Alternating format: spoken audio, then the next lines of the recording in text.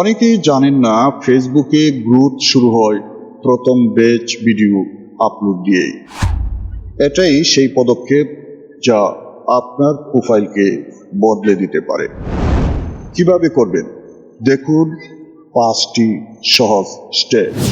Step 1, বেছে নিন 8 থেকে 10টি ভিডিও যা আপনার অডিয়েন্স সত্যি পছন্দ করবে। স্টেপ 2, এডিট করুন। টেক্সট, মিউজিক, ভিজুয়াল আর ইফেক্ট সব কিছু ক্লিন অ্যান্ড শার্প রাখুন।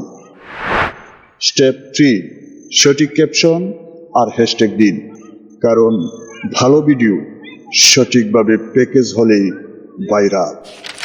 স্টেপ 4, ব্যাচ আপলোড করুন শিডিউল করে, কারণ কনসিস্টেন্সি মানেই গেম চেঞ্জার।